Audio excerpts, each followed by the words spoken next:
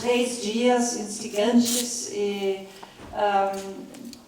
estou muito feliz que o professor Márcio aceitou o convite. Márcio Seligman Silva veio de São Paulo e vou passar a palavra para o professor Tim e agradecer para ele mais uma vez. Boa noite a todos e todas. Professor Márcio, bem-vindo, né? Não é toda vez que a gente tem um evento sobre Benjamin tão lotado, isso é ótimo, né? Maravilhoso. O professor Márcio, eu acho que praticamente dispensa apresentações, mas eu quero lembrar só alguns elementos que eu caracterizo como estudioso de Walter Benjamin, que traduziu a sua tese doutoral, né? Depois tem trabalhado de uma forma ou de outra sempre no âmbito, né? Tanto na tradição da literatura de testemunho, das outras manifestações artísticas,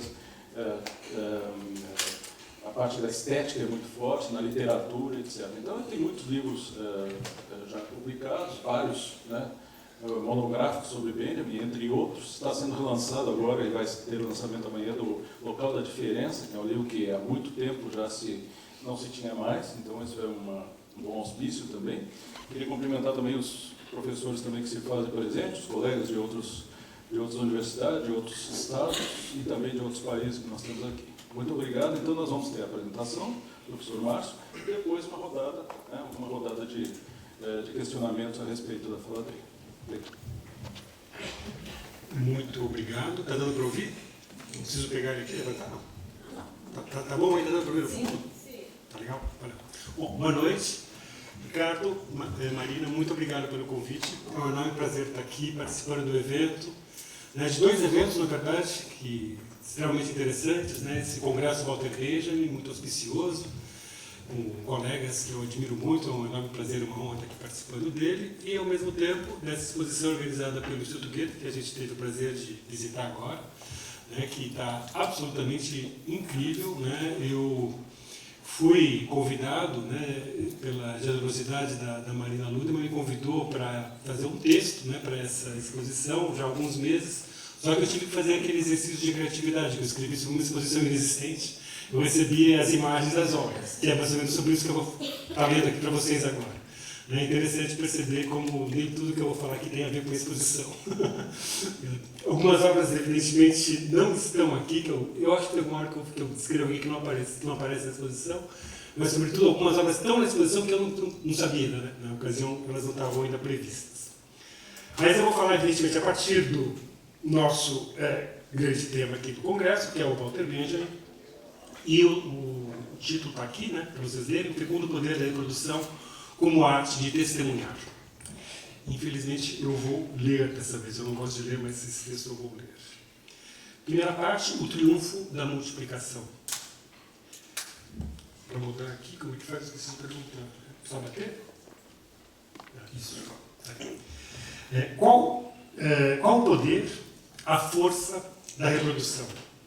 Quando, nos anos de 1430, Gutenberg introduziu a reprodução mecânica para substituir a cópia manual, ele iniciou uma revolução na história da cultura comparável apenas ao surgimento da fotografia no século XIX e a introdução da web no final do século XX. A história da cultura, como história das técnicas de reprodução, deve ser pensada também ao lado das consequências em termos de nossa autoimagem derivada dessas técnicas. Cada época vê a si mesma e sonha o seu futuro em função de suas técnicas, sendo que, dentre elas, a técnica da reprodução ocupa um lugar privilegiado, eu acredito. Na Bíblia impressa por Gutenberg, já consta: Deus criou o homem como a sua própria imagem, e assim criou a primeira reprodução. É pela reprodução que inscrevemos a nós mesmos, nos eternizamos e nos integramos como parte do fluxo do mundo. Reproduzir, não por acaso, é um termo que tem aplicação tanto no mundo das coisas como no mundo biológico. Reprodução é sobrevida. Copiar, traduzir, imprimir, fotografar, escrever, que não deixa de ser também uma espécie de cópia de nossas ideias, todas essas atividades se dão a contrapelo da morte e da degenerescência. Mas o importante é que a morte é parte desse gesto de cópia. Ela não é vencida, mas incorporada na reprodução. No caso da fotografia, isso é patente. Toda fotografia é ato de eternização, vida, assim como toda fotografia é paradoxalmente a morte, o embalsamento daquilo que ela reproduz. A cada técnica de reprodução corresponde também uma certa visão da história, de nossa relação com o tempo-morte. Walter Benjamin deixa transparecer essa ideia em seu fundamental ensaio de 1936 sobre a obra de arte na era da sua reprodutibilidade técnica, que constitui até hoje o ensaio mais profundo sobre o gesto da reprodução que eu conheço. Ele escreveu, então, sobre as técnicas de reprodução, vou citar algumas passagens que certamente muitos de vocês conhecem, mas acho que é importante no contexto. Durante a Idade Média, somam-se a xilogravura, estávamos vendo xilogravuras aqui agora, né, repaginadas na nossa era, né, da web. Então, durante a Idade Média, somam-se, escreveu Benjamin, a xilogravura, também a gravura em cobre, com ponta seca e água forte, assim como a litografia, no início do século XIX. Com a litografia, a técnica reprodutiva atinge um patamar fundamentalmente novo. O procedimento muito mais sucinto e distingue a aplicação do desenho sobre uma pedra de seu entalhe em um bloco de madeira ou de sua fresagem em uma placa de cobre, deu às artes gráficas, pela primeira vez, a possibilidade de trazer sua produção ao mercado não apenas massivamente, como até então, mas também em variações diariamente renovadas. Por meio da litografia, as artes gráficas tornaram-se capazes de acompanhar o dia a dia de maneira ilustrativa, continua Benjamin. Elas começaram a acompanhar o ritmo da impressão.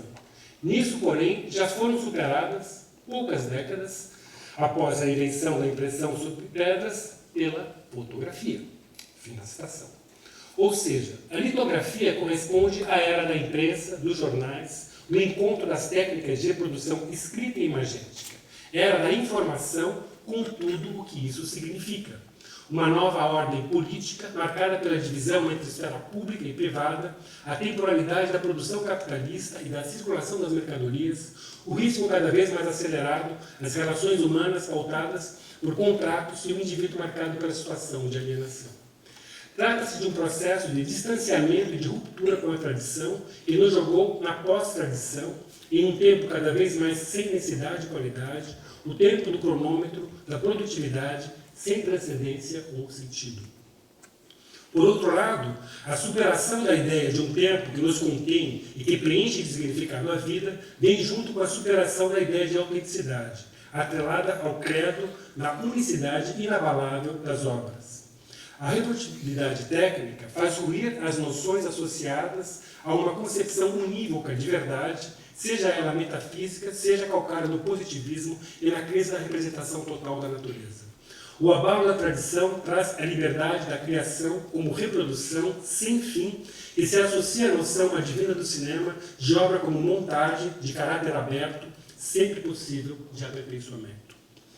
Existe, portanto, uma interessante dialética nesse processo de despedida da cultura da unicidade e autenticidade. Como Florent Benjamin, cito novamente, outra passagem famosa e importante, os gregos conheciam apenas dois métodos de reprodução técnica de obras de arte, a fundição e a cunhagem. Bronzes, terracotas e moedas eram as únicas obras de arte que podiam ser criadas massivamente por eles. Todas as outras eram únicas e tecnicamente não reprodutíveis. Por isso, e ele grifa-se por isso, elas precisavam ser feitas para a eternidade. Os gregos foram levados, pelo estado de sua técnica, a produzir valores de eternidade na arte. É a essa situação que eles devem seu lugar excepcional na história da arte, em comparação ao qual a posteridade pode determinar a sua própria posição. Não há dúvida de que o nosso se encontre no polo oposto ao dos gregos. Nunca antes obras de arte foram tecnicamente reprodutíveis num grau tão elevado e em proporções tão vastas quanto hoje. No filme, temos uma forma cujo caráter artístico é pela primeira vez determinado completamente por sua reprodutibilidade. O filme é essencialmente reprodutível. Só existe enquanto reprodutível, é como a fotografia. Benjamin estabelece, na fim da citação, uma nova reflexão acerca dessa relação entre as artes e o corpo para o homem do século XX. Desse modo, ele nos apresenta como proceder para nos pensarmos diante da revolução midiática que nos é contemporânea. A situação de abalo da tradição que ele descreve só fez se agravar com o tempo nos cerca de 80 anos que nos separam de seu ensaio. Benjamin tece, no capítulo 3 do ensaio sobre a obra de arte, uma relação entre a reprodução técnica e a superação do elemento único da obra. Diante da obra reprodução, não cabe mais falar em sua autenticidade. Aspas. A autenticidade de uma coisa é a quintessência de tudo que dela é originalmente transmissível, desde sua duração material até seu testemunho histórico. Como esse testemunho está fundado sobre a duração material, no caso da reprodução, onde esta última tornou-se inacessível ao homem, também o primeiro, ou seja, o testemunho histórico da coisa, torna-se instável. Estamos diante de instabilidades, né? Não por acaso era o título da penúltima Bienal de São Paulo, né? Essa questão da instabilidade. Então, a era da reprodutibilidade nos joga abruptamente no tempo após a era do testemunho histórico para Benjamin. Talvez seja por conta desse mesmo fato que podemos pensar hoje, tanto se falou e se fala no testemunho. O século XX, como o século de catástrofes, guerras e genocídios, exigiu o testemunho, mas também revelou seus limites. Paradoxalmente, nas últimas 2 décadas, é a fotografia analógica, uma técnica de impressão também, né, que tem servido como um dos modelos do testemunho histórico. Pois, de modo geral, é certo que a era digital, com mais razão ainda do que a fotografia e do filme analógicos, bloqueia ainda mais a relação com o evento inscrito na escrita eletrônica dos pixels. E a gente pode perceber como essa exposição que a gente estava vendo agora está tratando dessas questões que eu estou falando aqui. Vale a pena retomar o texto de Benjamin nesse ponto. Ele nos mostra como a era das imagens reproduzidas e reprodutíveis já traz em si essa ideia de abalo do testemunho histórico, Geschichtliche Zeugenschaft, em alemão. Temos que lembrar que Zeugen, de onde deriva testemunhar em alemão, remete a gerar, procriar, reproduzir, ser pai. Se entramos com a reprodução técnica em uma era sem reprodução no sentido de gerar, é também porque geramos sem fecundação, ao produzirmos robôs ou clones. Para Benjamin, o abalo da tradição, provocado pela reprodução técnica, não é nada senão, aspas, o outro lado da crise e da renovação atuais da humanidade. Eu acho essa frase de uma importância enorme e que, quando a gente lê esse texto do Benjamin, a gente costuma passar batido por ela. Já falando de uma crise de renovação da humanidade associada a essa reflexão sobre a reprodução técnica. Bom, fecha aspas. E essa crise, eu acrescento, não deixou de se aprofundar. Não por acaso a sociedade pós-geração natural de seres humanos se tornou um topos na ficção científica, já desde a novela fundadora do gênero, de Mary Shelley, Frankenstein ou o moderno Prometeu. É como se a modernidade, com a institucionalização e penetração da reprodução técnica em cada vez mais esferas, trouxesse consigo uma paradoxal nova forma de esterilidade. Lembremos que nas tragédias gregas, como é evidente na abertura de Édipo Rei de Sófocles, Sofocleano, a situação trágica é marcada pela poluição que tem como marca principal a esterilidade, a crise na reprodução do poder e da vida. Então, as tragédias clássicas elas giram em torno da crise de reprodução. Essa poluição, como fica claro em Antígona, advém da ausência de delimitação clara entre os mortos e os vivos. A tragédia e as artes são recurso para se reinstaurar a fecundidade nas sociedades que sofrem dessa esterilidade, dessas crises. Ora, a nossa crise da reprodutibilidade contém esses elementos também, pois se eles têm vida, sem ânima, substituem os vivos na contemporaneidade. Estamos, portanto, na era da crise da reprodução, desencadeada pela entronização da reprodução técnica. No campo das artes, passamos da reprodução à síntese. Pensar hoje as técnicas de reprodução a partir da fotografia e das artes da gravura, de um modo geral, representa uma oportunidade de, dando um passo atrás, refletir também sobre as formas que temos desenvolvido para resistir e enfrentar esse abalo da tradição e sua sobrevivência e da própria sobrevivência da inscrição testemunhal. A contrapelo da ideia de uma sociedade amnésica que mergulha em uma pós-história alienada, sugerida pela noção de abalo da tradição e de impossibilidade de se testemunhar, podemos pensar em um modelo crítico de reprodução que possibilita também uma inscrição da história, sobretudo no seu momento catastrófico e violento. Pois, se existe uma relação entre técnicas de reprodução moderna e a era dos choques da modernidade, não deixa de ser verdade também que essas técnicas são apropriadas e foram desenvolvidas à altura dos desafios que as gerou. Se podemos caracterizar nossa era como uma era de traumas, a reprodução técnica, como veremos, permite não só imitar o mimetismo reflexo do traumatizado, que tende a sempre repetir as suas imagens do choque, como Freud o desenvolveu em seu texto Para Além do Princípio do Prazer, de 1920. A reprodução técnica pode ser e é apropriada por alguns artistas como meio de deslocar essa reprodução mecânica em direção a uma reprodução que interrompe o fluxo da repetição estrutificante, onipresente na mídia, na publicidade, e que também caracteriza o ato reflexo do traumatizado. Vivemos na era da síntese e reprodução intensa de imagens, de sua replicação infinita e vazia. O artista utiliza esse mecanismo de reprodução para disparar a sua crítica a esse sistema. Ele se apropria desse sintoma para transformá-lo em meio de sua transformação. Assim, ele recupera o valor testemunhal da arte em uma era que, aparentemente, já não é mais possível se testemunhar. Segunda parte, a transvaloração da cópia. O primeiro passo para se ativar essa concepção positiva da reprodução é justamente o gesto de valorizar a cópia, o secundário, para se desconstruir qualquer nostalgia da origem, qualquer idealização da identidade unívoca, monológica e fechada em si mesma. Antes, pelo contrário, o artista programaticamente reprodutor vai pegar uma identidade aberta, sempre em montagem, construção e desconstrução. Um dos modelos dessa postura anárquica diante da idealização de um conceito metafísico de verdade e de representação encontramos junto aos primeiros românticos alemães. August Schlegel defendia uma valorização desconstrutora do que normalmente é visto como sendo secundário. No fragmento 110 da revista Atheneum, que era a revista de divulgação das ideias do pré-romantismo alemão, eu cito essa passagem do fragmento 110 do August Schlegel, aspas, é um gosto sublime sempre preferir as coisas de segunda potência. Por exemplo, cópias de imitações, em alemão, Kopien von Nachahmungen. Julgamentos de resenhas, adendos a acréscimos, comentários a notas. Fecha aspas.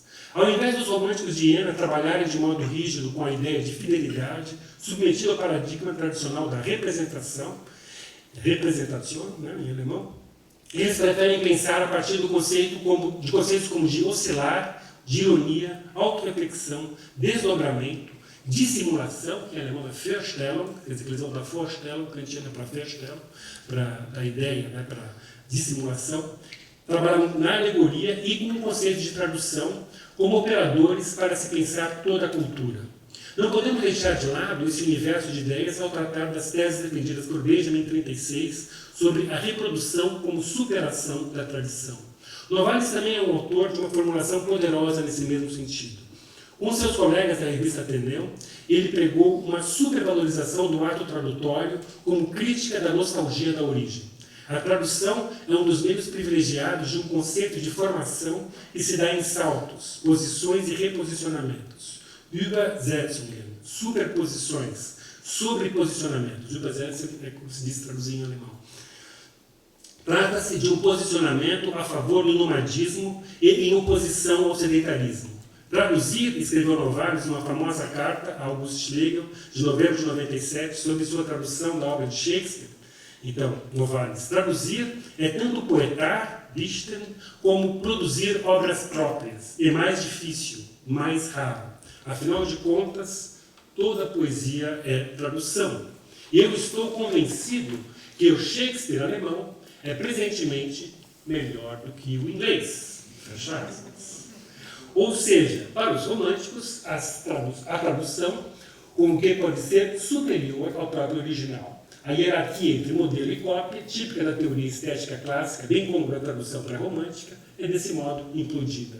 A tradução funciona, para os românticos, como um operador central em sua visão da literatura e da linguagem. Para Schlegel, eu cito, Toda tradução é propriamente criação da linguagem. Fim da citação. Vamos aqui da reprodução à criação. Estamos em pleno poder fecundo da reprodução, da multiplicação. Terceira parte, agora a gente volta para aquela cena originária aqui hoje, que é a exposição que a gente acabou de visitar. A exposição, né, sobre o poder da multiplicação, da reprodução, né, de Macht der Vervielfältigung, promovida pelo Instituto Goethe de Porto Alegre, reúne 9 artistas brasileiros e 5 alemães. O interessante desse grupo de gravuristas de diferentes gerações é justamente o fato deles mostrarem uma radiografia da arte da gravura hoje e de seu poder de inscrever as marcas de nosso presente. Então, eu vou apresentar aqui algumas obras, deixa eu ver se eu consigo passar. Não está funcionando. Ups. Tá, esse aqui é o Carlos Vergara. Tá. Carlos Vergara, autor de uma ampla e incontornável obra, na qual o gesto da gravura, do gravar, do calcário real, ocupa um lugar central, como sua obra Piso 2, da série Missão de São Miguel, traz uma monotipia que considero emblemática para essa exposição. Essa obra expressa o gesto de coletor de marcas, de colecionador de vestígios. Né? Inclusive o Gui agora explicou isso para a gente.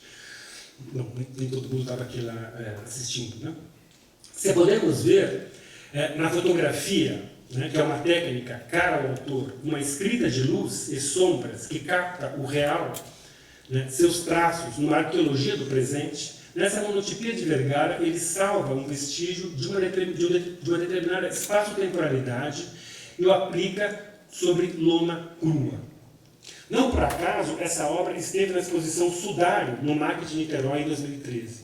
O sudário é justamente um protótipo da fotografia e da gravura, essas técnicas em seu grau zero.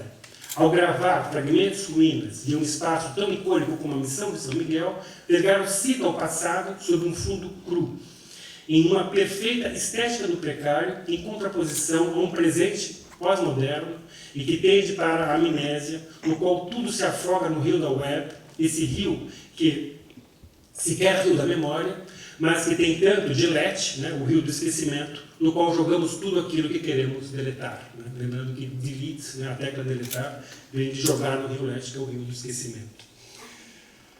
Também o artista de Heidelberg, Otjorg AC, é um colecionador de marcas da superfície.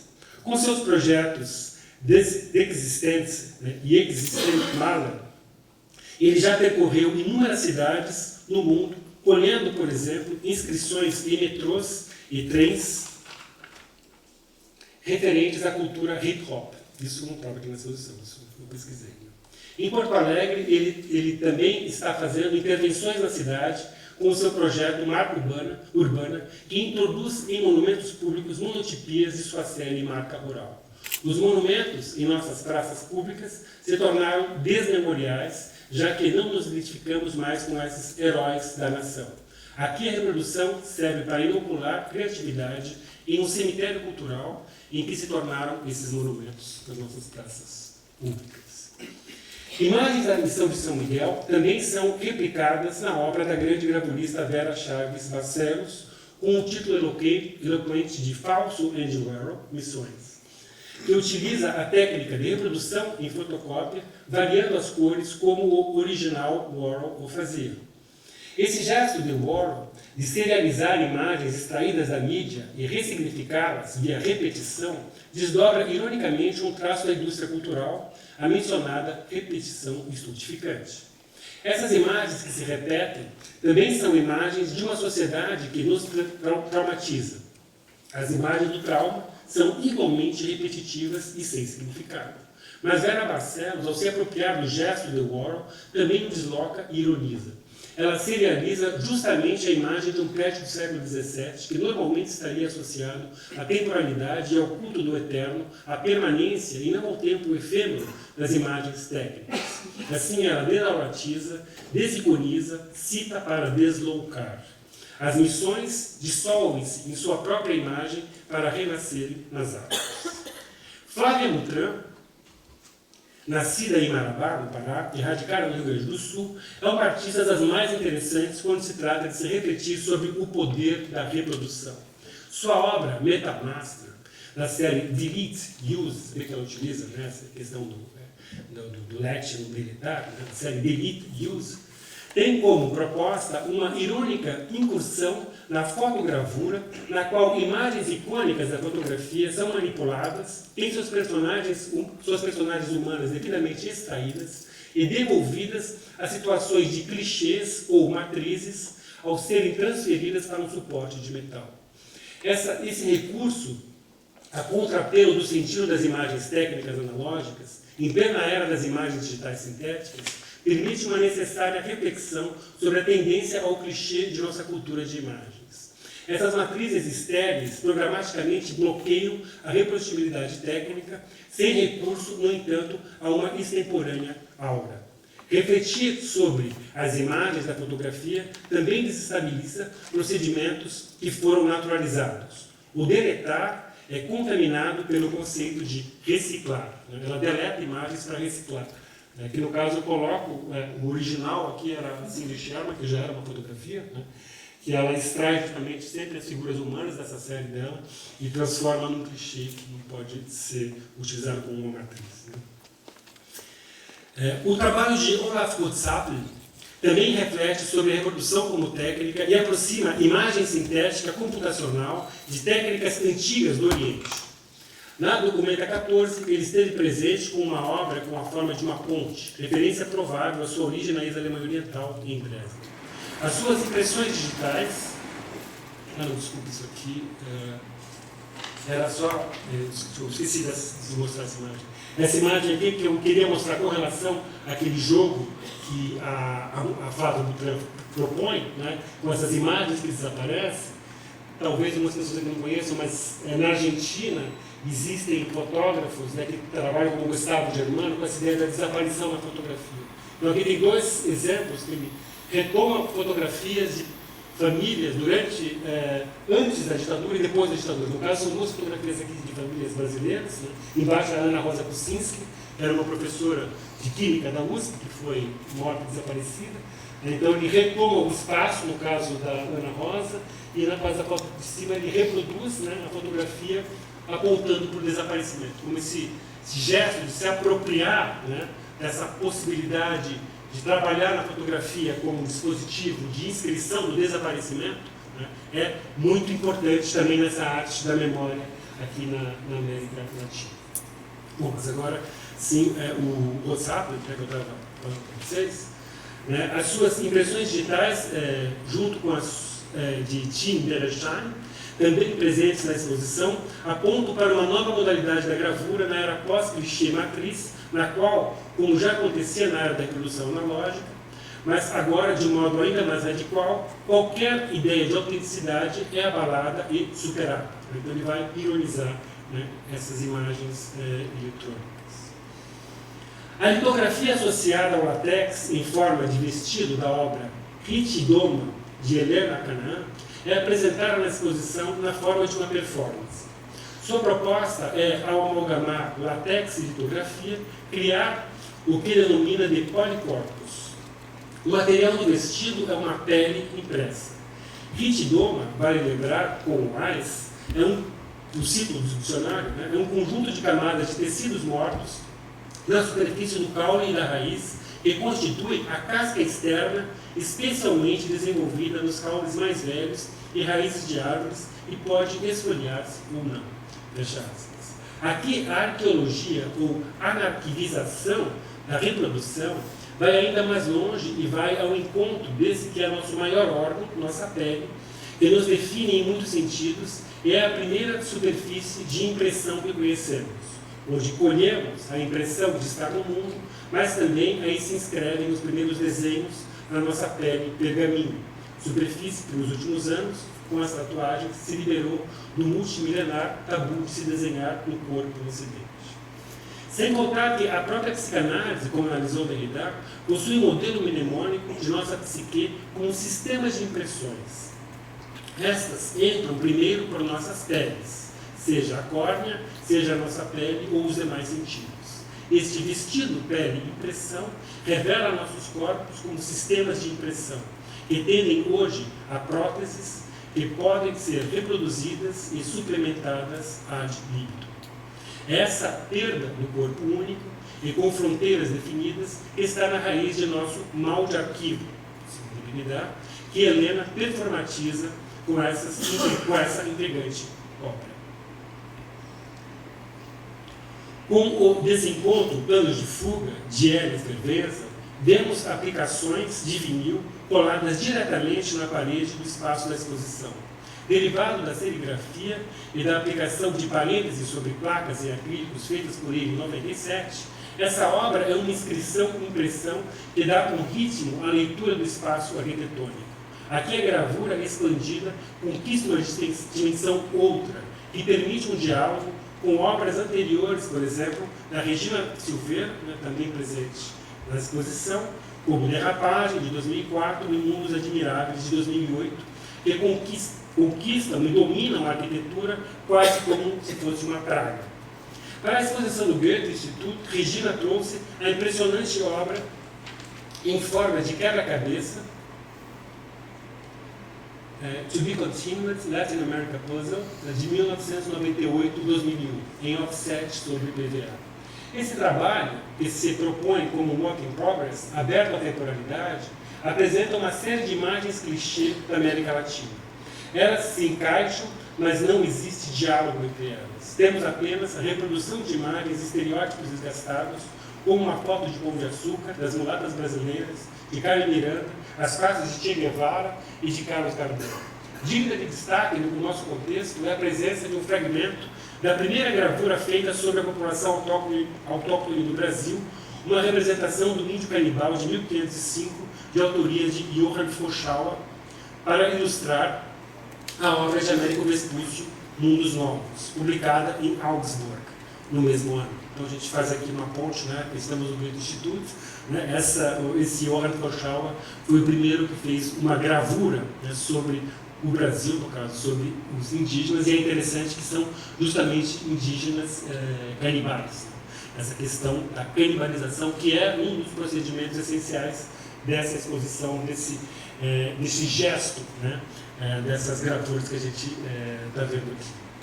Ou seja, daí sua primeira aparição na gravura relativa à América Latina, vemos o encontro da cultura germânica com a terra brasilis. A antropofagia, por sua vez, tornou-se a pedra de toque de um modelo de cultura que pratica a dialética marxilar de Oswald, como dizia o Arnold de Campos, com seu coup de dents, que com seu coup de dents desconstrói a relação entre o próprio e o estrangeiro sob o signo da devoração. Também tem fragmentos dessa outra gravura, né, do Prix, Theodore Prix, né, das Grand Voyages, né, do século XVII. Então, eu acho que é uma coisa de propósito, né? Ela realmente teve essa intenção, a Regina, de se apropriar do gesto da antropofagia como um desses clichês, né, produtivos, marcantes, originários e matriciais, né, da nossa cultura, que tem a ver com essa cultura da antropofagia, que, de certa maneira, é apropriada aqui por esses artistas que a gente está vendo no ato dessas construções de impressões, reimpressões. Gravurista nascida em Flensburg, Hannah Kemper, como Regina, também cria objetos a partir de reproduções. No caso de Column 1, vemos uma combinação de gravuras em metal e litogravura que são utilizadas para fazer objetos em forma de cigarro. Eu não tenho imagem aqui, mas quem viu a exposição estavam lá aqueles cigarros enormes na parede. Então, a gravura galga em uma tridimensionalidade. Na sua série Objeto, com gravuras em metal sobre papel, ela retoma uma poética que remete aos fotogramas de Man Ray e Laszlo Moholy-Nagy, que eu lembro aqui, né? Um fotograma, por exemplo, do Laszlo Moholy-Nagy. O fotograma é uma espécie de redução da fotografia ao seu mínimo. Exprime a reprodução como uma atestação de um aqui e agora, como também vimos no gesto de coletar sudários no vergara. Apesar de toda a catástrofe, apesar das imagens sintéticas, o mundo é atestado, é testemunhado, né, nessas obras feitas a partir dessa ideia do calque.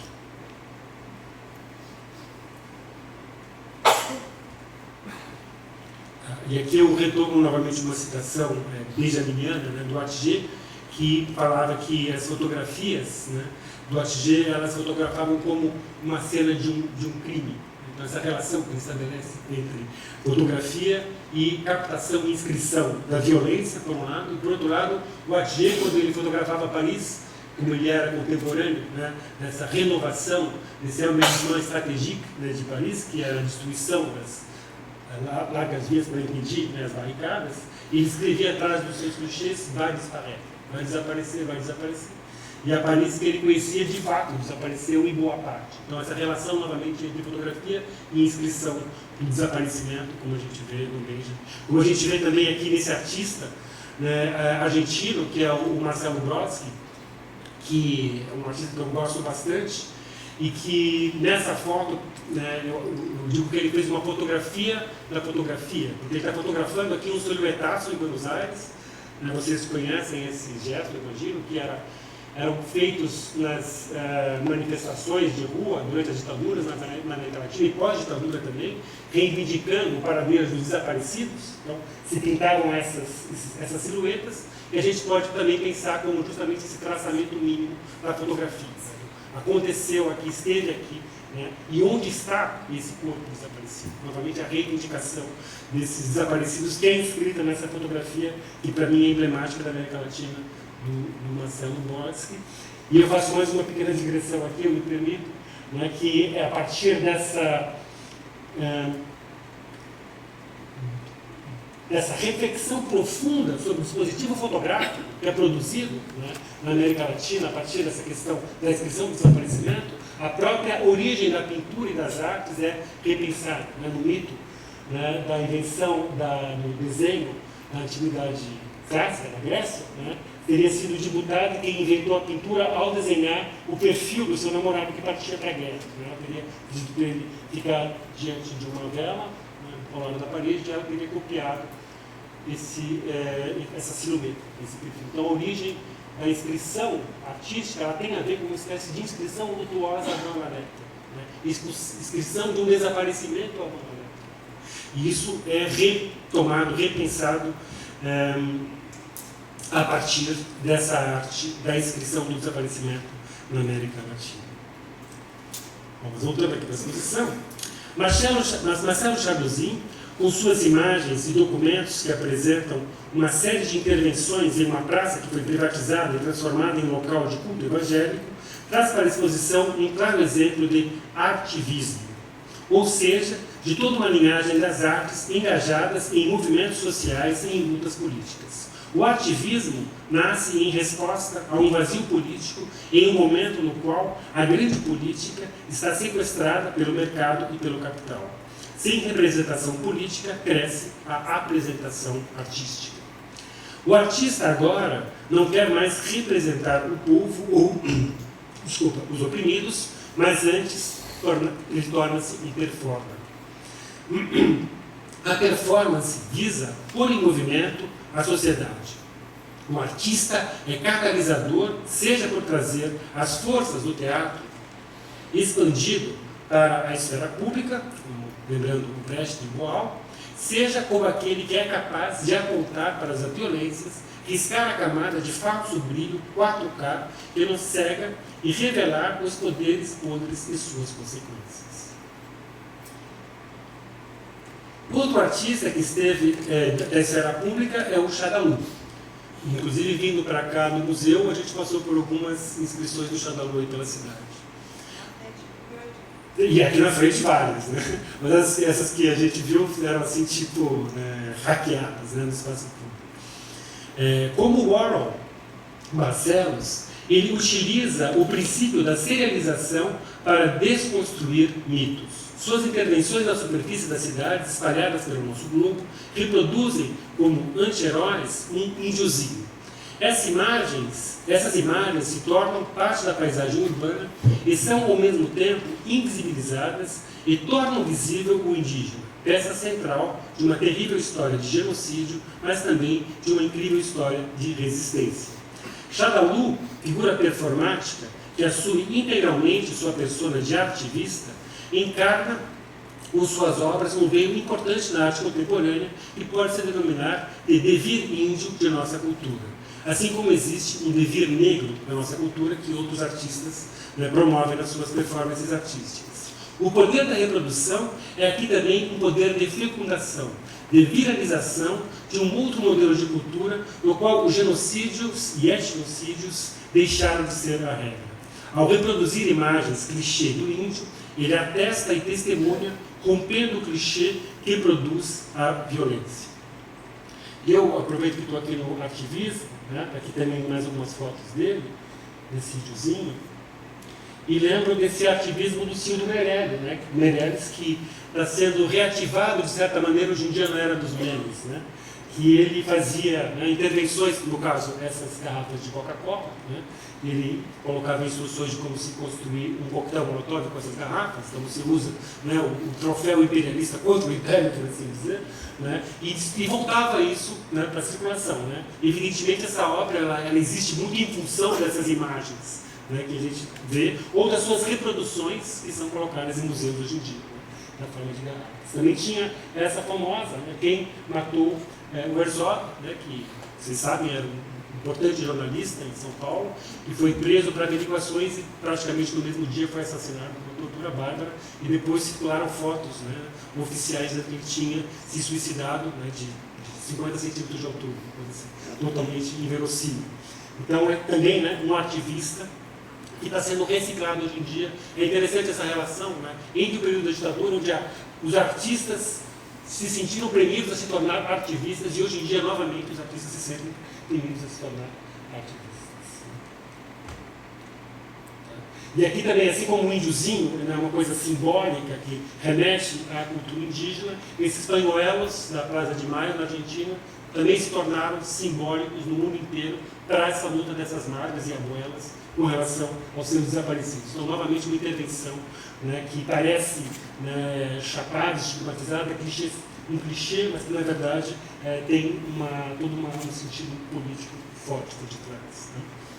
Também a obra de Rafael Bragatini está próxima ao ativismo, ainda que ele circule em galerias e cubos brancos de exposição.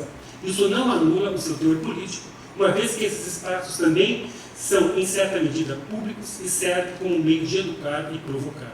Seu Bem-vindo Presidente, que a gente acabou de ver aqui também, na exposição realizada pelo Instituto Goethe, é composto por uma colagem, montagem, de uma série de reproduções de notícias de jornais publicados no Estado do Espírito Santo, quando da visita de presidentes militares durante a ditadura de 64 e 85. Essa obra é um poderoso dispositivo de escovar a história contra pelo. No Brasil, tendemos a esquecer que as ditaduras latino-americanas nasceram a partir da iniciativa das burguesias locais e os militares foram coautores e não seus inventores ou protagonistas. O incrível poder dessas reproduções está em despertar o público atual para essa cooperação corporativa intensa das grandes empresas nacionais e internacionais que sustentaram o regime ditatorial. A mensagem é clara. A ditadura não foi instituída para salvar o país do comunismo, mas sim para barrar as reformas trabalhistas e agrárias. Dentre as várias empresas, temos a Samarco, Chocolate Garoto, Volkswagen, Fiat, Mercedes. Enfim, hoje eu estava fotografando mais várias dessas empresas, né, que nas fotos assim, a gente não pode ler. Eu já tinha visto essa obra, tinha sido apresentada ano passado na Vídeo Brasil em São Paulo, mas eu acho que aqui ela está numa versão aumentada. Acho que essa, como a obra da Regina, são dessas obras impróprias. Né? Aqui a gente pode ver, né, a Unicafé, uma das empresas, a Samarco, né, que é essa empresa maravilhosa brasileira que só traz progresso para a gente. Confiamos no milagre brasileiro, também a construção, né, desse grande mito do milagre brasileiro, de uma ditadura que entregou o Brasil aos frangalhos economicamente, o nosso querido Chocolate Garoto, né, representante da Volkswagen, da Fiat, enfim, são todas grandes empresas. E eu também me permito aqui uma pequena digressão, no caso aqui, falando de um outro artista que a Marina conhece muito bem, que foi ela que me apresentou ele, em 2003 ou 2004, não sei. Não, 2001. Porque a gente organizou um evento lá no Instituto Goethe com a Marina, que foi inaugurado no dia do 9/11 de 2001. E era sobre catástrofe e representação. Você vê que falar desse tema às vezes é perigoso. Pois bem, mas o Horst é um grande artista da memória. Ele trabalha com isso há décadas. Se vocês pesquisarem na internet, vocês vão achar muitos trabalhos dele. Normalmente, muitos com referência à questão da Shoah, né, da memória, da construção dessa memória difícil da Shoah na Alemanha. Mas ele trabalha muito também na América Latina. O país, ele morou na Colômbia nos anos 60. Ele tem uma vasta experiência na América Latina. Ele veio muito para a Argentina, para o Chile, para o Brasil. E isso aqui é uma obra que ele fez ano passado para uma exposição chamada Hiatus, que era uma exposição dedicada à memória da violência ditatorial na América Latina, que aconteceu no Memorial da Resistência em São Paulo, que é o único espaço que tem no Brasil que é exclusivamente dedicado a essa memória do período ditatorial. É um espaço que tinha 200 metros quadrados até ano passado ganhou mais 400 metros, esse ano está ganhando mais 400. Você vê que está crescendo um pouco, pelo menos institucionalmente, esse espaço para se memorizar essa ditadura. Mas, queira ou não, são 21 anos, o Brasil é gigantesco, tem muito pouca coisa ainda, né? Mas, enfim, nesse espaço, o Horst, ele propôs nessa exposição, né, uma obra que me lembrou também dessa obra aqui do Rafael Pagatini. Ele propôs uma obra chamada Pega-Varetas, né, desse jogo de Pega-Varetas, só que essas varetas aqui, elas têm um sentido, na verdade, de uma homenagem, porque aos mortos desaparecidos, né, eram 434 varetas, que é o número dos mortos desaparecidos do relatório da Comissão Nacional, na verdade. Essas varetas, elas estão todas tortas, que remete, talvez, à ideia do torcer da tortura, né, o torquer, de onde vem tortura. E nessas varetas, que eram, na verdade, barras de aço, ele colocava justamente fotos e nomes extraídos do relatório da Comissão Nacional da Verdade. E escrevia também nelas fragmentos de biografias dessas pessoas. E em algumas delas, ele colou também imagens da Volkswagen. Porque enquanto ele estava montando essa exposição no ano passado, coincidiu, né, não existem coincidências, de justamente a Volkswagen brasileira ela tinha contratado um historiador para fazer um levantamento dessa relação da Volkswagen no Brasil com a ditadura. E ele fez uma pesquisa razoável, né? Os operários que foram vítimas da Volkswagen não se sentiram satisfeitos, mas enfim, acho que é impossível satisfazê-los, porque realmente eles sofreram uma coisa bárbara ali dentro. A tortura começava dentro da Volkswagen.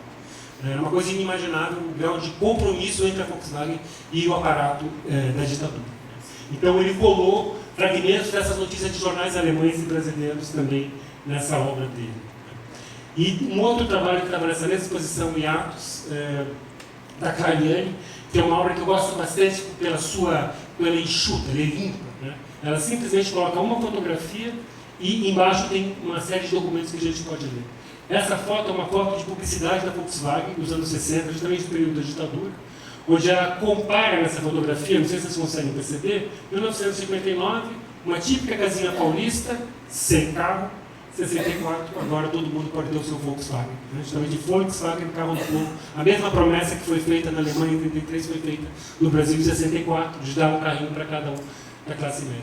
E embaixo, o que a Clara colocou? Ela pesquisou no arquivo do Estado de São Paulo, justamente os papéis ligados a esse compromisso, essa relação entre a Volkswagen e os órgãos de repressão da ditadura. E ela achou muitos documentos lá.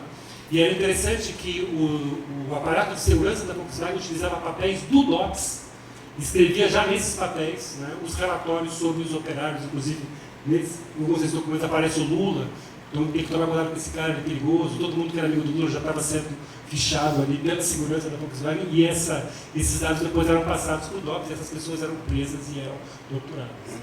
Então é um trabalho simples, muito interessante. É importante lembrar que esse espaço onde fica o Memorial da Resistência em São Paulo é onde funcionou o DOPS também. Então tem essa questão de você trazer de volta para dentro do DOPS, né, essa memória dessa violência que aconteceu ali.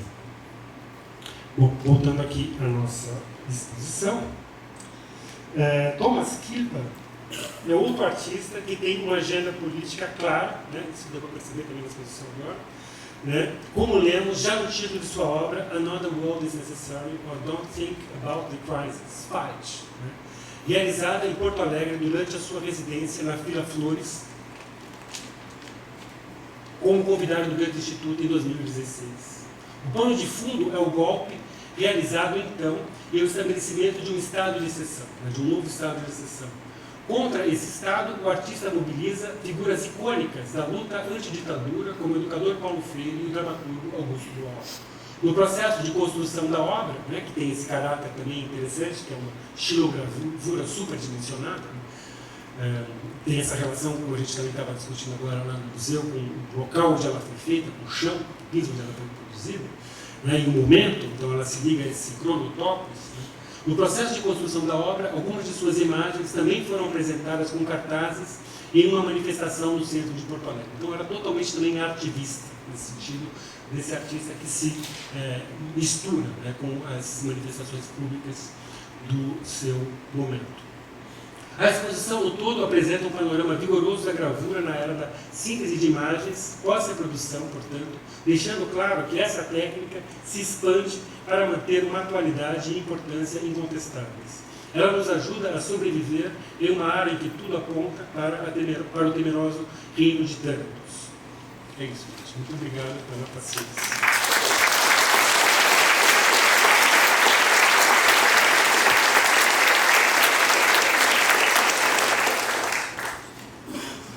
Apesar de ter um tempinho para perguntas, é isso? Isso. Então agora.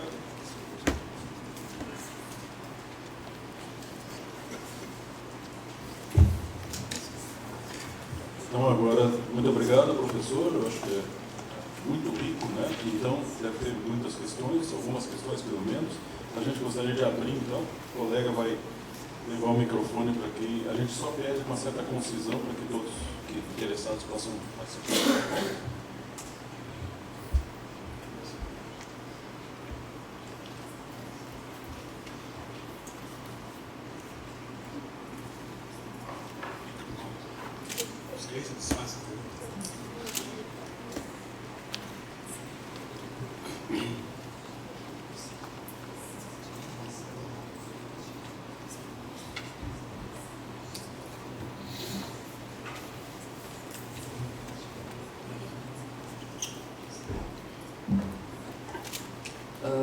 Bom, eu queria agradecer a sua participação no evento, porque eu venho da Universidade Federal de Pelotas, no grupo fotográfico, no grupo de pesquisa Fotografia e Educação, que o pessoal está ali do grupo, junto com o meu orientador, a professora Cláudia, e muitos dos temas que o senhor trouxe aqui são pesquisados nesse grupo.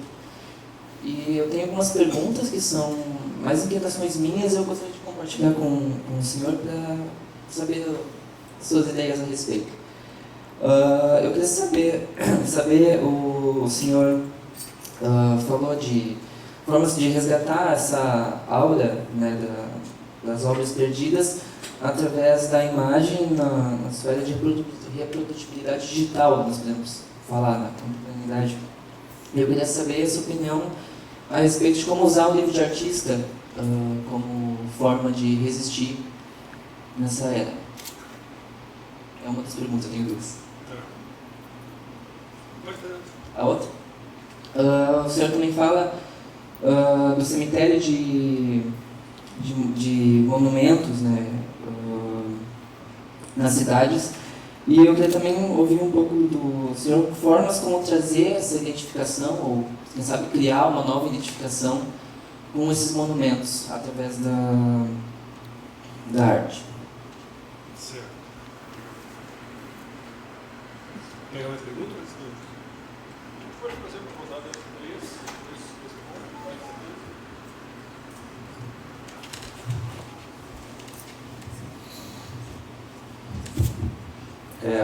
Na verdade, né, é uma pergunta mais direta, né? O Benjamin conclui um ensaio sobre a obra de arte, em certa medida contrapondo a estetização da política, a politização da arte, a estetização da política como uma das práticas mais próprias do fascismo. Aí eu queria te fazer uma pergunta de aonde você vê essas dimensões de estetização da política no fascismo contemporâneo.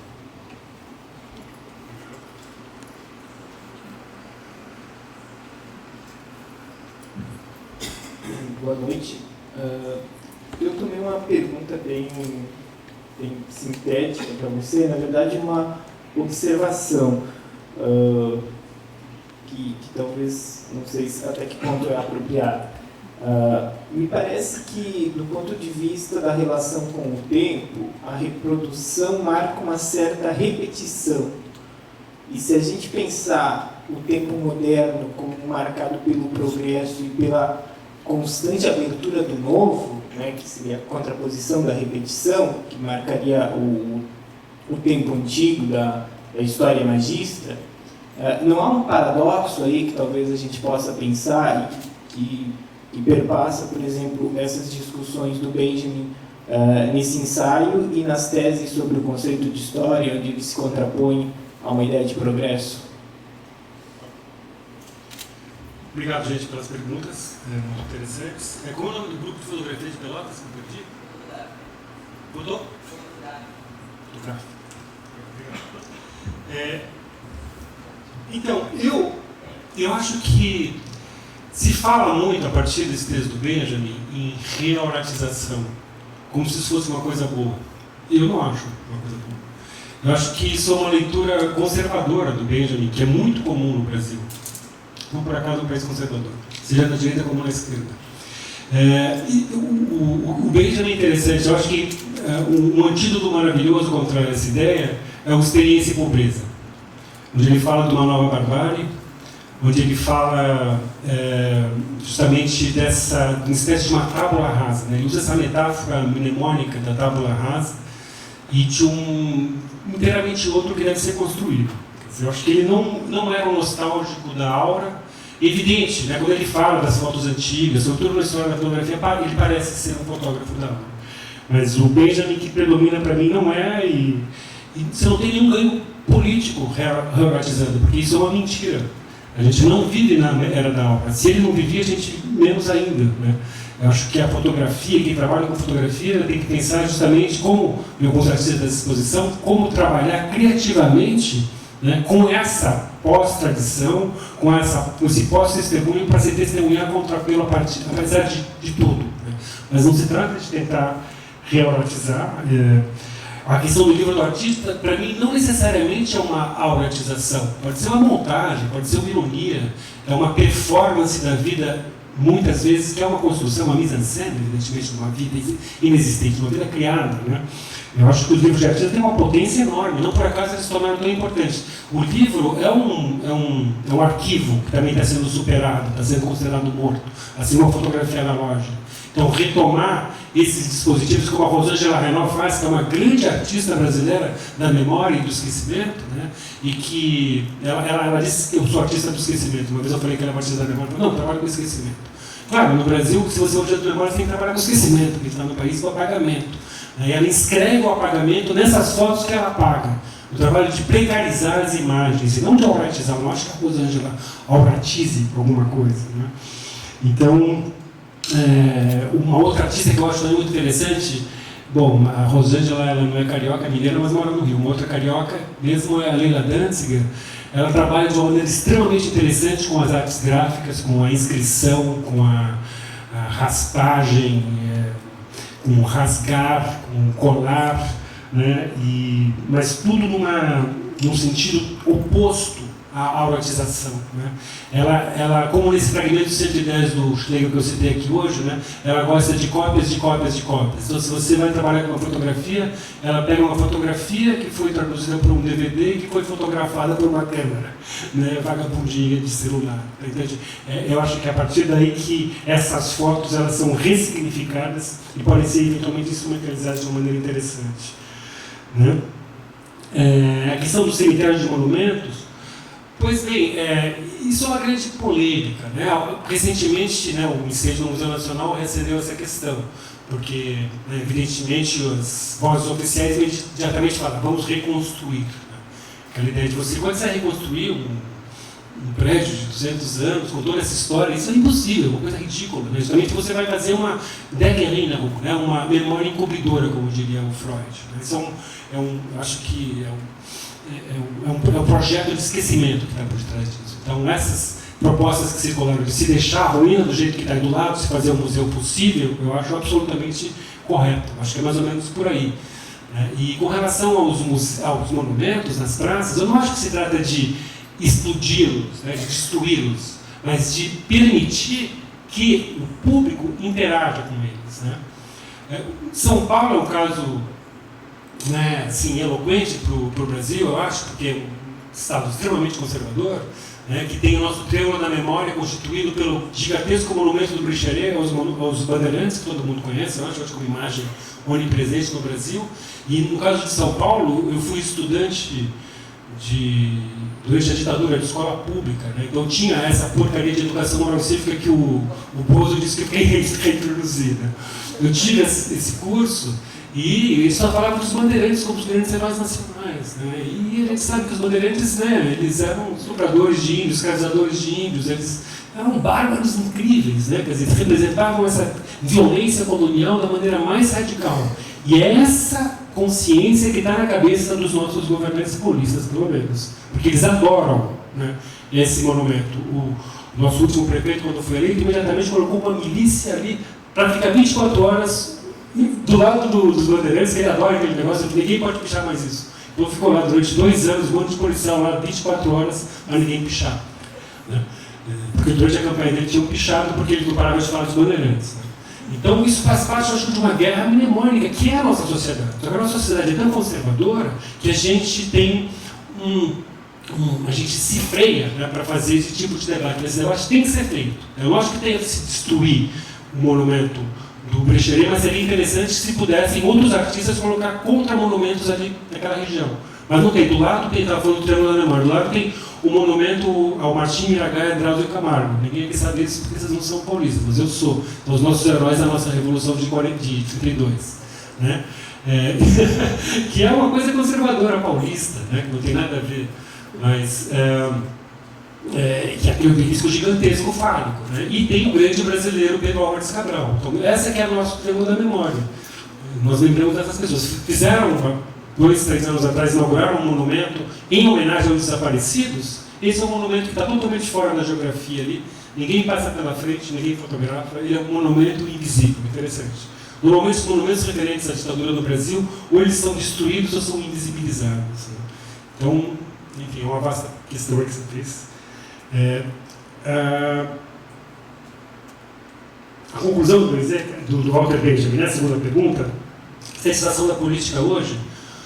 Olha, eu acho que a estetização da política ela é muito presente no discurso, né? Justamente eu estava falando agora, dando esse exemplo desse prefeito, né? Ele queria manter a cidade limpa. Normalmente esses políticos, eles prezam muito a limpeza da cidade, né? Eles são aqueles que usam a vassoura como símbolo, aqueles que derrubam a Cracolândia com as pessoas dentro, né? Não, vamos tirar esse lixo daqui, as pessoas também são consideradas lixo. Isso é uma estetização da cidade, né? Um embellissement stratégico. Nós estamos no século XIX, continuamos no século XIX, aqui no século XXI no Brasil, né? Então eu acho que isso aí é uma coisa que, se a gente prestar atenção, a gente vai encontrar em muitos políticos de direita com tendências fascistas. A questão da temporalidade, da repetição como sendo um paradoxo com relação ao progresso e ao novo, para o Benjamin, esse novo do progresso não é um novo, é o sempre igual. Então não tem paradoxo. Ele não acredita num progresso que está produzindo novo. Essa é a ideologia do progresso, né? Que estamos em ascendência, sempre melhor, cada vez, né, as pessoas sofrem menos, etc. E o Benjamin, justamente, ele pensava o progresso do ponto de vista da violência da técnica. Ele tinha essa teoria que está no texto dele sobre a obra de arte, né, na sua reproduzibilidade técnica, né, onde ele fala dessa primeira técnica, que é uma técnica que tem, né, como fim a guerra, a morte. O telos da técnica é a destruição. Essa primeira técnica, ela não quer nos confraternizar com a natureza, ela quer destruir a nós e a natureza, a nossa natureza interna e a externa, e depois todos nós, né? E ele escreveu isso antes de se ter inventado a bomba atômica, né? E ele tinha toda a razão. Mas ele pensava numa outra técnica, que seria uma segunda técnica, que dá como exemplo a fotografia e o cinema. São realmente técnicas que não destroem, elas podem servir para a gente pensar uma outra relação, uma confraternização, um encontro, um jogo, como ele falava, né? É um conceito central na teoria benjaminiana, o jogo com a natureza, e não o domínio dela.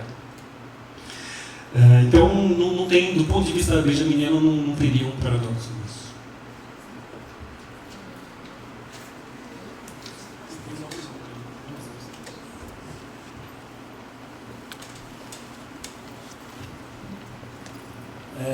Depoimento e pergunta. A sua palestra me levou a 1983, 6 anos antes da queda do Muro de Berlim. Aqui, nesse auditório, a discussão era se a reunificação alemã seria pela literatura ou pelas artes visuais. Ganhou as artes visuais. A minha pergunta é: entre as duas grandes guerras mundiais, houve um movimento chamado dadaísmo, que o ato último do dadaísmo era a própria morte. Benjamin foi um dadaísta?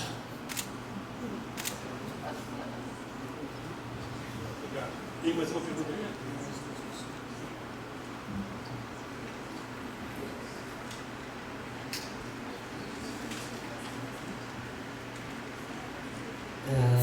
No belíssimo livro do George Dilberman, né, Imagens Apesar de Tudo, ele aponta, circula o pensamento dele a partir da ideia de que surgem a partir de 4 imagens tiradas nos campos de concentração, né, por soldados da SS.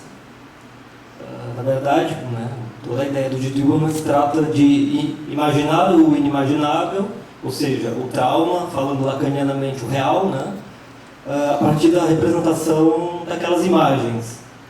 Há não muito tempo, um artista alemão, né, Gerhard Richter, ele se envolveu também em uma polêmica, né, ao resgatar essas fotografias e apresentar umas pinturas sobre, ou seja, as fotografias já eram bastante apagadas, né, difícil imaginar o imaginável já a partir delas, né. E então a minha pergunta é: será que se trata mesmo de destruir o arquivo, né?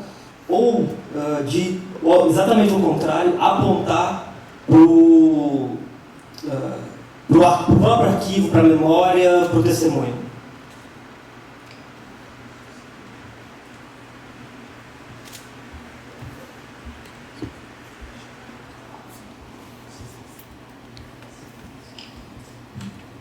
Professor Marcos, por favor, eu queria lhe perguntar sobre a posição de recepção da montagem, né?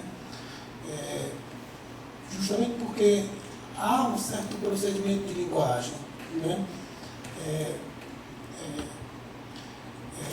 Gostaria de lembrar, por exemplo, nos surrealistas, né? No texto sobre surrealistas, quando o Benjamin chama de truque, né? Esse arrancar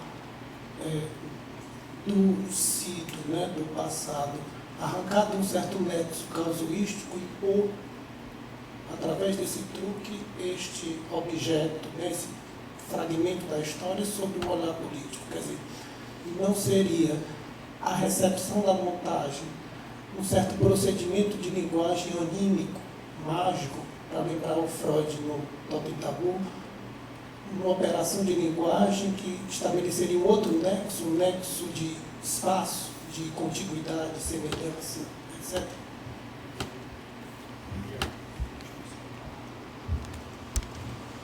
Bom, obrigado pelas perguntas.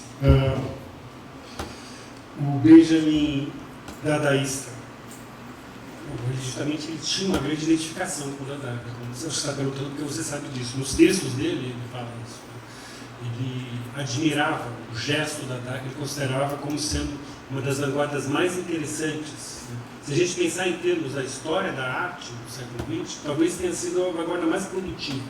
A que mais teve continuidade depois da Segunda Guerra Mundial é justamente o Dada. O expressionismo foi uma coisa, né, que acabou se esgotando, nos anos 30, com a nova objetividade, né, mesmo o surrealismo, com toda a importância que ele tem em alguns artistas pós-Segunda Guerra Mundial. Certamente o Dada é o artista, foi o movimento, né, o contra-movimento mais marcante para o Benjamin, mais inteligente. Ele percebia, né, esse gesto da montagem, que é um dos gestos que ele mais valorizou nas vanguardas, que ele percebia justamente nessas obras desses dadaístas, dessa destruição, dessa construção da reprodução tradicional, que para o Benjamin tinha a ver com uma ideia de representação também na política. Então, essa destruição da representação nas artes, ela é paralela de um modelo de uma nova representação na política. Então, eu acredito que a gente pode, sim, ver o Benjamin como um pensador dadaísta, ou pelo menos como um pensador do dadaísmo. Já se falou, Benjamin, grande teórico das vanguardas. A gente pode pescar essa vanguarda aí como sendo realmente a principal para ele, né?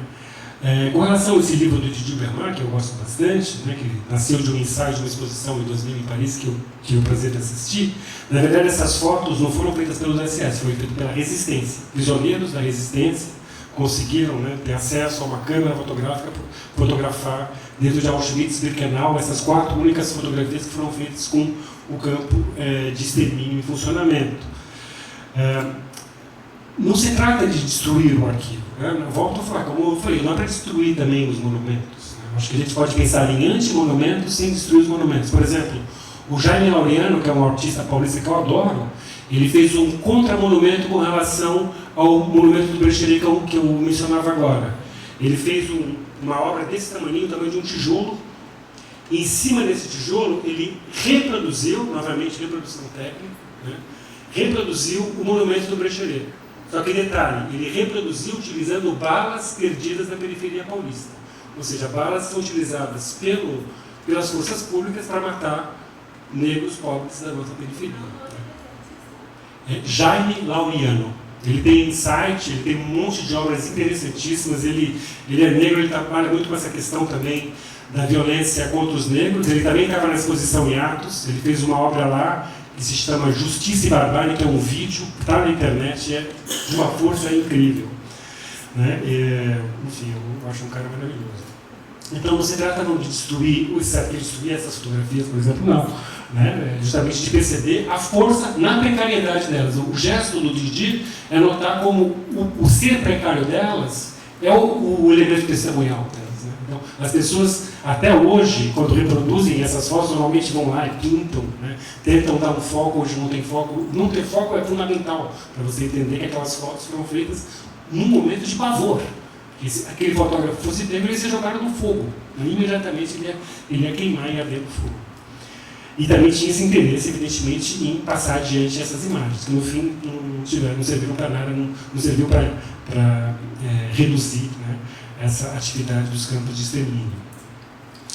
E, finalmente, essa pergunta das imagens, não sei se eu entendi muito bem essa tua pergunta, me desculpa, né, como associada a essa ideia de criar um espaço onde você percebe as contiguidades. Né? Realmente eu não sei exatamente o que fazer com essa pergunta, mas eu vou pensar nela. Muito obrigado.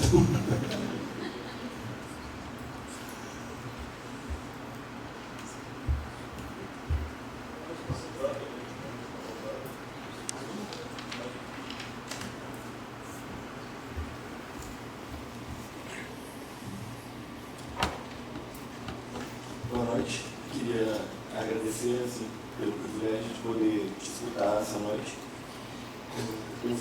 Eu tenho uma pergunta assim, que é relevante para mim, eu espero que tu consiga responder, mas eu queria contar primeiro só 2 coisinhas.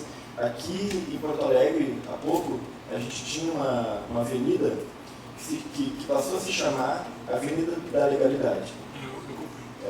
E antes ela se chamava Presidente FIC Castelo Branco. Há pouco tempo agora, há um mês, ela voltou a se chamar Presidente Castelo Branco. Isso foi decidido pela nossa Assembleia.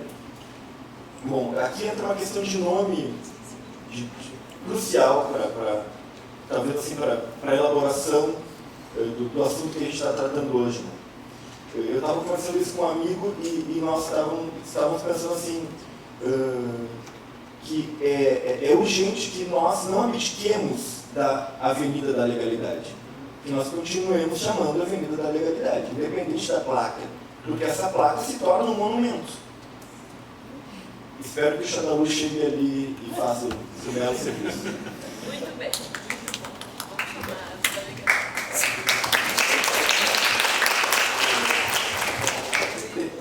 em relação ao nome, que esse foco, assim, quando eu fui no Museu da Memória aí em São Paulo, tem uma das salas, que era uma cela, tem várias máscaras representando as pessoas que estavam ali. Né? Isso é um tipo de representação assim, importante também.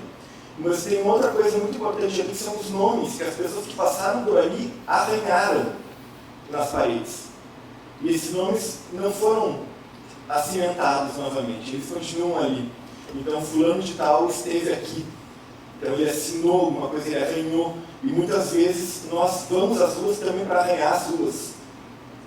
Relativamente simbolicamente, mas tem um nome ali. Né? Isso me chamou muita atenção, só queria complementar isso a respeito do nome. Né? Mas a minha pergunta assim, é que tu tocaste na instabilidade, aí eu lembrei de uma palavra que eu considero muito importante no Benjamin, que é Vergängnis, também às vezes aparece como Vergänglichkeit, que a gente traduz aqui no Brasil como transitoriedade ou como deperecimento. E me parece que a arte é esse local assim, privilegiado para a gente sentir essa ruinância, né, também outra tradução. Queria que tu pudesse falar um pouco sobre isso, principalmente no que toca assim, a crítica ao jargão da autenticidade, né? Esse Vergänglichkeit, como que ele funcionaria para te agradecer mais uma vez?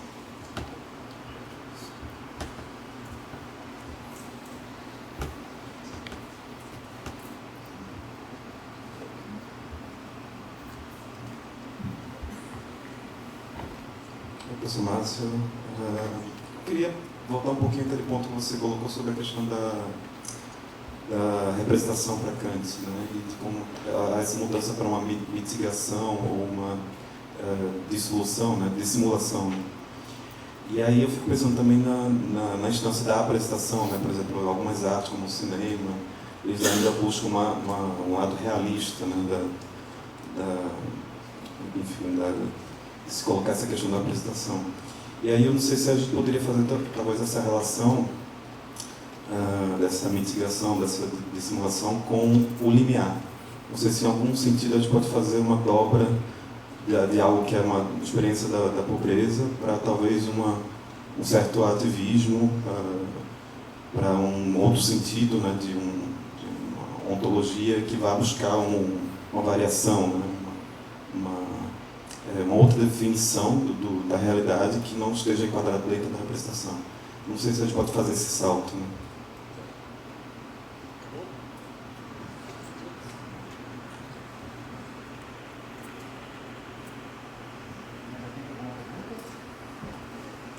Estou com dó de nossa música, não estou acompanhando. Bom, muito obrigado pelas perguntas.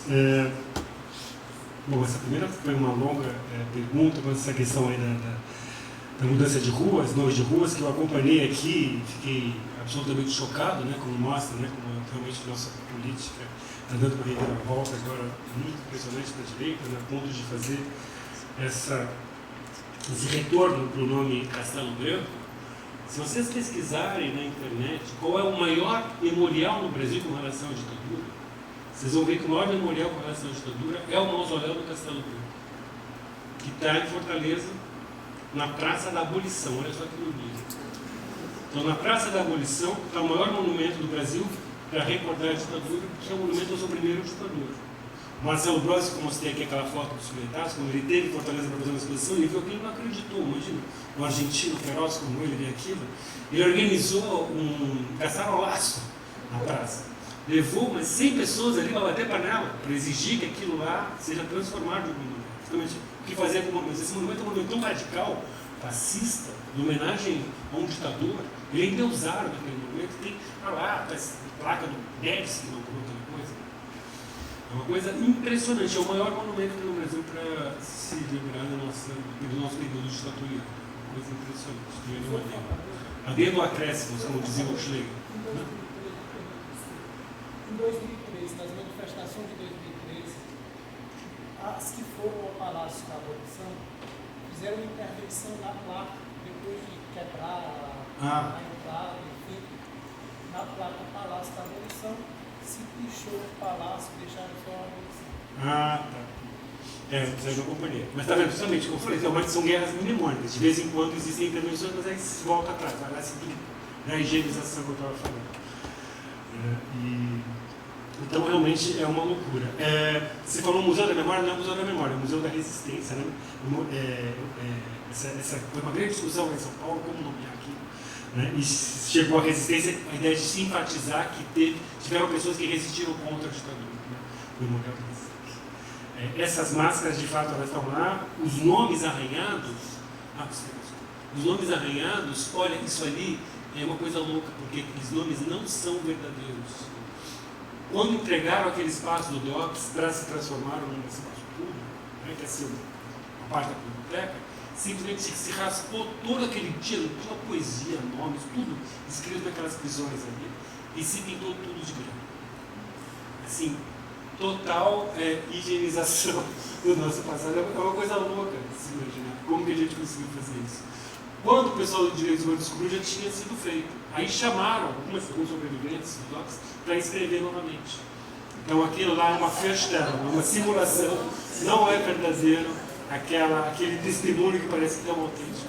É uma construção posterior. É uma loucura. O que mais que você perguntava? Essa questão do efêmero, a ruinância, eu gostei muito dessa tradução de ruinância que eu não conhecia. Certamente ela se contrapõe à ideia de autenticidade. Né? É um modelo artístico que não visa a eternidade. Como eu falei, reauratizar é conservador. Tentar fazer uma obra que se diz eterna, portadora de um ideal eterno, também é conservador. Eu acho que essa questão da Vergänglichkeit é fundamental. E a questão essa última pergunta é aquilo que eu estava falando dessa questão da representação que passa nas artes para da representação para apresentação, né? Ela passa a ser performance. Esses artistas, eles não se querem, como aqueles artistas dos anos 50, 60, que queriam representar o povo, tinha uma ideia de tutelar o povo. Você, né, como intelectual, como artista, a gente achava que a gente tutelava alguém. Uma coisa muito autoritária, as esquerdas também, não se trata disso. Né? Inclusive, tem muitos artistas que, inclusive, eles se tornam tão envolvidos nessas pautas políticas, que eles começam a se perguntar: eu sou um artista ou sou um ativista político? É o artivismo, né? Você está falando de Limiar, mas chega a Limiar, já participei de uma banca na ECA outro dia, de uma artista, né, que ela começou a fazer um trabalho com essa questão das ocupações em São Paulo, questão dos refugiados, das ocupações, e ela praticamente faz um trabalho ali realmente totalmente misturado com o MTST. E ela se perguntava: eu não sei se eu sou ainda artista ou se eu sou uma ativista política. Era a conclusão da qualificação dela. Mas a verdade é que existe isso nas artes também. Porque, como eu falei, né, o momento político, histórico, chama os artistas de uma tal maneira, né, para se envolver na questão política, que existem esses lineares, esses tensionamentos. E uma ressignificação mesmo do trabalho do artista, do papel, da função do artista. Mas é isso, gente. Volto a agradecer. Muito obrigado.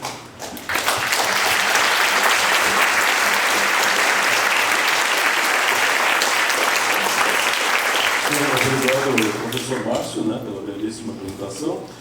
Só lembrando ainda um detalhe, alguns episódios interessantes sobre esse episódio da mudança de nome. Tramitou durante 8 anos, principalmente os colegas que são de outros estados e de outros lugares, durante 8 anos a tentativa de mudança para o nome para a Avenida da Democracia e da Legalidade. O que houve depois é que no momento que isso foi estabelecido, surgiu uma quantidade de advogados voluntários, porque queriam perceber na lei que então tinha sido emanada do poder público algum buraco que permitisse o retorno ao título. Então houve, na verdade, uma pasteurização, né, da memória, houve assim uma plastificação. Então essa questão, como o Pronolfo colocou ali, da monumentalização, coloca aquilo ali, são tentativas reiteradas de parar o tempo. Né? De parar o tempo. Quer dizer, tem gente que não consegue entender que o mundo mudou. Né? E tem gente a seu serviço. Então, realmente é um episódio que vai dar muito o que falar da história, né? Na história da nossa cidade. A história, em 2001 nós estamos aqui com o Fórum Social Mundial e hoje estamos pasteurizados. Então é uma situação bem complicada. Ainda tem ilhas, né, de resistência, de transformação, e tem esses rastros, né, que estão pela cidade. Gente, amanhã continuamos então a nossa programação, né, lá na PUC, E agradecendo mais uma vez ao Instituto Goethe a parceria, sempre tão produtiva. Muito obrigado.